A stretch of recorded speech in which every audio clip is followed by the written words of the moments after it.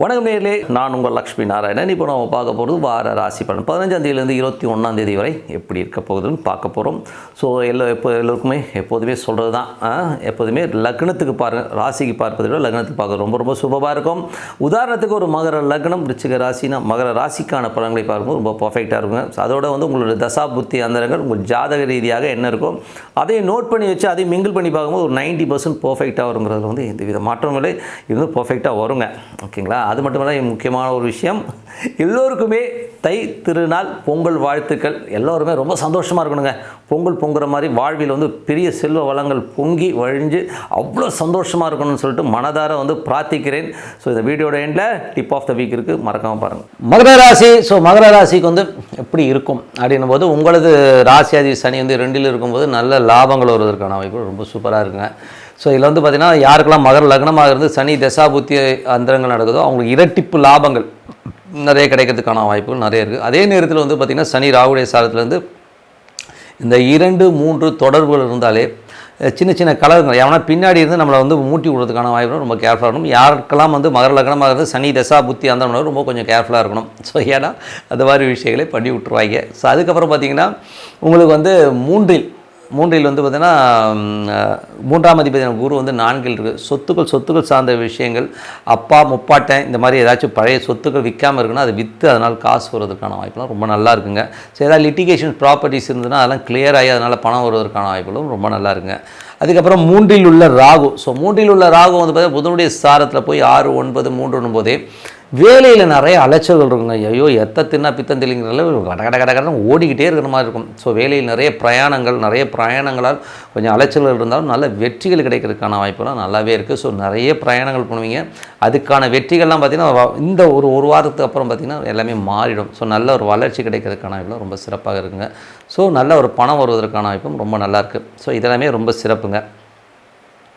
அதுக்கப்புறம் பார்த்தோம்னா உங்களுக்கு மகர லக்னமாக இருந்து 4ஆம் அதிபதியான செவ்வாய் 12 இருக்கும்போது வீடு சொத்துக்கள் சார்ந்த விஷயங்கள் பார்த்திங்கன்னா சின்னதாக ஒரு சில விஷயங்களுக்கு விரயங்கள் வரும். ஸோ கொஞ்சம் செலவு பண்ணுவோம், வண்டி வாகனங்களால் செலவு பண்ணுறது, ஒரு வண்டி வாகனத்தை விற்கிறது, இந்த மாதிரி விஷயங்கள் நிறைய இருக்கும். ஸோ இதெல்லாம் யாருக்கு நடக்கும் அப்படின்போது மகர லக்னமாக இருந்து செவ்வாய் தசா புத்தி அந்தரங்கள் நடக்கிறவங்களுக்கு தான் இது மேஜராக நடக்குங்க. ஏன்னா இது 12 அந்த ஒரு சின்ன விஷயங்கள் சில பேருக்கு ஒரு பிரயாணங்களை ஏற்படுத்துவதற்கான வாய்ப்புகள் நிறைய இருக்குங்க. ஸோ இதெல்லாமே இருக்கும்.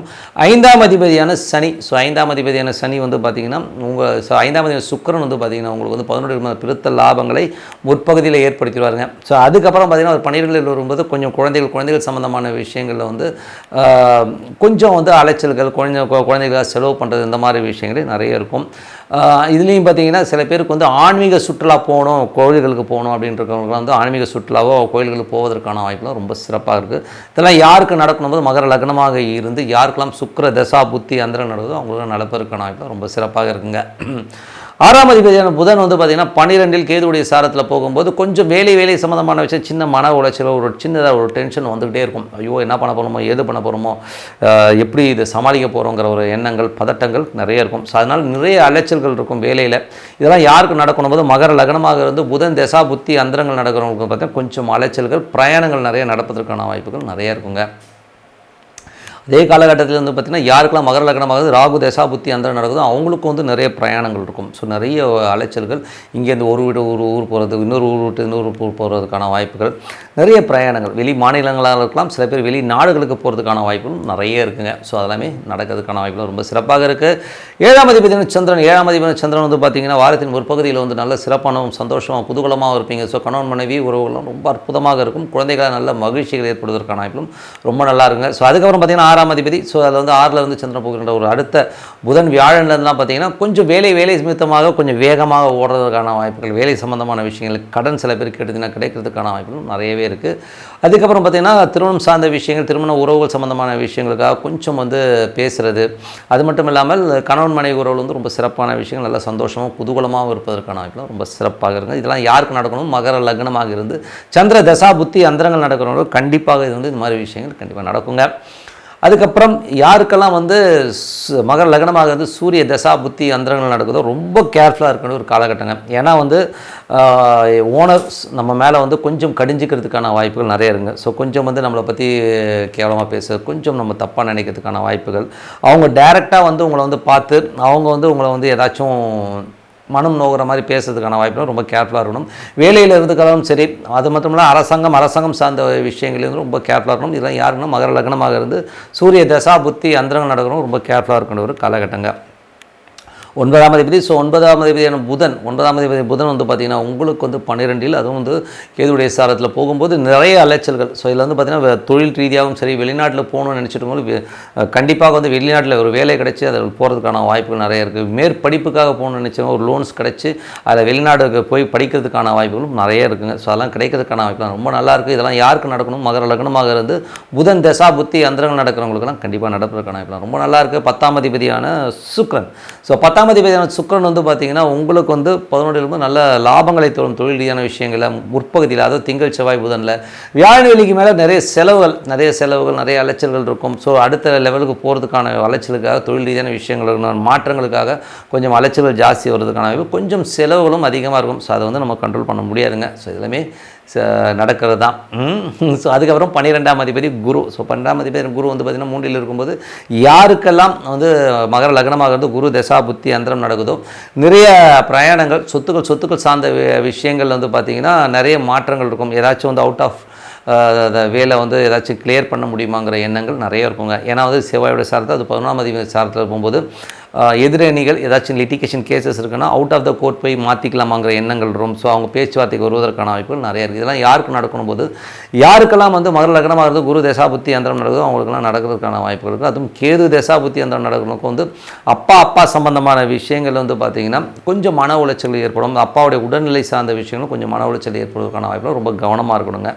ஏன்னா வந்து அது கேது வந்து செவ்வாயுடைய சாரத்தில் போகிற அந்த காலகட்டத்தில் வந்து அப்பாவுக்கு வந்து ஒரு சின்னதாக ஒரு டென்ஷன் ஸ்ட்ரெஸ் வரும். இல்லை உங்களுக்கும் அப்பாவுக்குமே வந்து நிறைய மன உளைச்சல் வர்றதுக்கான வாய்ப்புகள் ரொம்ப கேர்ஃபுல்லாக இருக்கணும். ஸோ மற்றபடி என்னங்க, என்னை பொறுத்தவரை நல்ல ஒரு பிரார்த்தனை ஒன்று இருந்தால் போதுங்க. ஸோ நம்ம அடுத்த கட்டத்திற்கு போகிறதுக்கான வாய்ப்பு ரொம்ப சிறப்பாக இருக்கும். ஸோ மனதார பிரார்த்தனை சிறப்பான ஒரு விஷயங்கள்லாம் நடக்குங்க.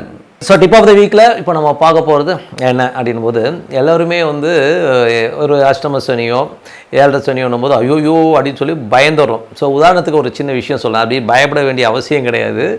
ஏன்னா இப்போ வந்து கடக லக்னத்துக்கு வந்து அஷ்டம சனின்னு சொல்லுவாங்க. 8 வந்து கும்பத்தில் போயிட்டுருக்கு சார், அஷ்டம சனி சார், ஒன்றும் ஆகாது சார் அப்படிலாம் கிடையாதுங்க. அது வந்து யாரை பாதிக்கணும் போது, யாரெல்லாம் கடக லக்னமாக இருந்து அவங்களுக்கு வந்து சனி தசா புத்தி அந்தரம் நடக்குதோ அவங்களுக்கு தான் பாதிக்கும். மற்றவங்களுக்குலாம் ஒன்றும் பெருசாக பாதிக்காது. அதை வந்து முதல்ல வந்து நம்ம மைண்டில் வச்சுக்கணும். ரெண்டாவது, இந்த வாட்டி வந்து கடக லக்னமாக இருந்து சனி தசா புத்தி அந்தரம் நடக்குது பார்த்தீங்களா, அவங்களுக்கு எவ்வளோ கஷ்டங்கள் இருந்தாலும் இந்த வாட்டி ஒரு பெரிய ராஜயோகத்தை வந்து கொடுக்க போகுது இந்த அஷ்டம சனி. அது எப்படிங்கிறத தான் இந்த வாட்டி சொல்ல போகிறேன். ஏன்னா இப்போ ஜூன் மாதத்துக்கு பார்த்தீங்கன்னா, இப்போ ஏப்ரல் மேல வந்து குரு வந்து ரிஷபத்துக்கு வந்துடுவாருங்க. ஜூன் மாதத்தில் வந்து பார்த்திங்கன்னா கரெக்டாக வந்து அந்த ரிஷபத்தில் போகின்ற அந்த காலகட்டத்தில் வந்து இங்கே வந்து சனி வந்து குருவுடைய நட்சத்திரத்தில் போவாருங்க. ஸோ இந்த காலகட்டம் வந்து ஒரு பொன்னான காலகட்டங்க. அதாவது பூரட்டாதி நட்சத்திரத்தில் இப்போ சதயத்தில் போயிட்டுருக்காரு, அதுக்கப்புறம் பூரட்டாதியில் போயிடுவார். ஸோ பூரட்டாதியில் போகின்ற அந்த காலகட்டத்தில் வந்து பார்த்திங்கன்னா அது வந்து குரு வந்து 11 போயிடுவார். ஸோ 8-11ங்கிற ஒரு காலகட்டம் வந்து வேலை செய்ய ஆரம்பிங்க. அது மாதிரி ஒரு விபரீத ராஜயோகம் பார்க்கவே முடியாதுங்க. இவனுக்கு எங்கேருந்து பணம் வரும், எங்கேருந்து யார் ஹெல்ப் பண்ணாது, தடார்னு இருக்கிற பிரச்சனைலாம் சால்வ் ஆகி திடீர் அதிர்ஷ்டங்களையும் திடீர் ஒரு தன வரவுகளையும் கண்டிப்பாக ஏற்படுத்திடுங்க. அதனால் வந்து குருட்டாம் போக்கில் எனக்கு வந்து 7 சனி வந்துருச்சு, அஷ்டம சனி வந்துருச்சுன்னு சொல்லிட்டு ஓட அழுகுறது, இந்த 10 குரு வந்துருச்சு, ஐயோ 10 குரு வந்துருச்சு என்ன பண்ணுறதுலாம் வந்து பிளைண்டாக வந்து ராசி பலன்களை பார்த்து ஏமாறாதீங்க. ஏன்னா மேஜராக வந்து நடக்கிறதே வந்து உங்கள் தசா புத்தி வச்சு தான் நடக்கும். ஸோ அதை வந்து முதல்ல வந்து நீங்கள் புரிஞ்சுக்கணும். ஸோ அந்த மாதிரி தசா புத்திகள் மூலியமாக கால்குலேட் பண்ணி பார்த்து அது கோச்சாரத்தில் லிங்க் பண்ணும்போது தான் அது சூப்பராக. அதனால தான் வந்து நம்ம தசா புத்திகளை மெயினாக நம்ம வாரராசி பலனில் சொல்லிட்டு வரோங்கிறத வந்து மைண்டில் வச்சுக்கோங்க. ஏன்னா வேறு யாரும் இந்த தசா புத்தியை வந்து மைண்ட்லேயே வச்சு, அதனால தான் சொன்னால் ராசிக்கு பார்க்குறதோ லக்னத்துக்கு பார்க்கணும்னு சொல்கிறதும் அதுக்காகத்தான். ஸோ அதனால் வந்து இந்த அஷ்டம சனி, ஜென்மகுரு, 10 குரு வந்தால் தொழிலை விட்டுட்டு ஓடிடுவான் அப்படின்னு அப்படிலாம் கிடையாதுங்க. ஒரு ப்ளஸ் இருக்குன்னா ஒரு மைனஸ் இருக்குது. இன்னொரு விஷயம் சொல்லட்டுமா, யாருக்காச்சும் இந்த இப்போது 8 சனி இருக்குதுன்னு சொல்கிறாங்கல்ல, இப்போ உதாரணத்துக்கு சொல்கிறேன், இப்போ 8 வந்து கடகத்தில் வந்து சனி இருக்குதுன்னு வச்சுப்போமே, சில பேருக்கு ஜனனகால ஜாதகத்தில் ஓகேங்களா. ஜனனகால ஜாதகத்தில் இந்த சனி இப்போ ராகு ஸ்டாரில் போயிட்டு இருக்குல்ல, அந்த ராகு வந்து மகரத்தில் 12 இருந்துன்னு வைங்களேன், இந்த சனி ஒன்றுமே பண்ணாது. அந்த மாதிரி விஷயங்கள்லாம் எவ்வளோ இருக்குது. ஒரு தசாநாதன் வந்து 12 நின்றுட்டாருன்னு வைங்க, ஒரு நட்சத்திர சாரநாதன் 12 நின்னாலும் அந்த அஷ்டம சனி ஒன்றுமே பண்ணாது. ஸோ இந்த மாதிரி நிறைய வந்து லூப் ஹோல்ஸ் வந்து நிறைய இருக்குது. அதே மாதிரி வந்து 8ல் உள்ள கிரகம் வந்து டோட்டலாக வந்து என்ன பண்ணணும்னா பேராசேதம் உண்டு பண்ண முடியும், மற்றபடி ஒன்று நம்ம அதில் மட்டும் கொஞ்சம் கண்ட்ரோலாக இருந்துட்டால் போதும். அப்போ என்ன பண்ணணும், ஒரு நல்ல ஒரு தேர்ந்த ஜோதிடத்தில் வந்து கெட்ட காலம் வரும்போது வேறு என்ன ஃபீல்டில் போனால் நம்ம நல்லாயிருக்கும். இப்போ திசை வந்து ஒரு 8 கூடிய திசை வந்துருச்சுன்னா நம்ம என்ன பண்ணணுங்கிறது வந்து உங்களுடைய சார்ட்டில் வந்து நிறைய சார்ட்ஸ் இருக்குங்க. ஸோ நம்ம எதில் போனால் நம்ம ஜெயிக்க முடியும், எந்த மாதிரி விஷயத்தில் போனால் வெளியில் வர முடியுங்கிறத வந்து நமக்கு கரெக்டாக கணிக்க முடியும். ஸோ அதனால் வந்து எடுத்தோடனே நெகட்டிவாக வச்சுக்கிட்டு அழக்கூடாதுங்கிறதுக்காக தான் இந்த டிப் ஆஃப் தி வீக். அதனால் வந்து அஷ்டம சனி வந்திருக்கு, ஜென்ம சனி வந்திருக்கு, ஐயோ 10ல் குரு, இதெல்லாம் ஒன்றுமே வேண்டாம். ஹாப்பியாக இருங்க. நல்ல விஷயங்களை நினச்சி பிரார்த்தனை பண்ணுங்கள். மனதார இறைவனை பிரார்த்தனை பண்ணிங்கன்னா அதுக்கான ஆள் உங்கள்கிட்ட வந்து ஆட்டோமேட்டிக்காக வருவாங்க. நடக்கிறதுலாம் சூப்பராக இருக்கும். எல்லோருக்குமே மீண்டும் எனது இனிய பொங்கல் வாழ்த்துக்கள். எல்லாருமே சந்தோஷமாக இருக்கணுங்க. ஓகேங்களா, எல்லாமே ஹாப்பியாக இருப்போம். கடவுள் அருள் டிவியை பார்த்தமைக்கு நன்றிகள். மேலும் இது போன்ற தகவல்களை தெரிந்து கொள்ள கடவுள் அருள் டிவியை சப்ஸ்கிரைப் செய்யுங்கள். மறக்காமல் பெல் ஐக்கானை கிளிக் செய்யுங்கள்.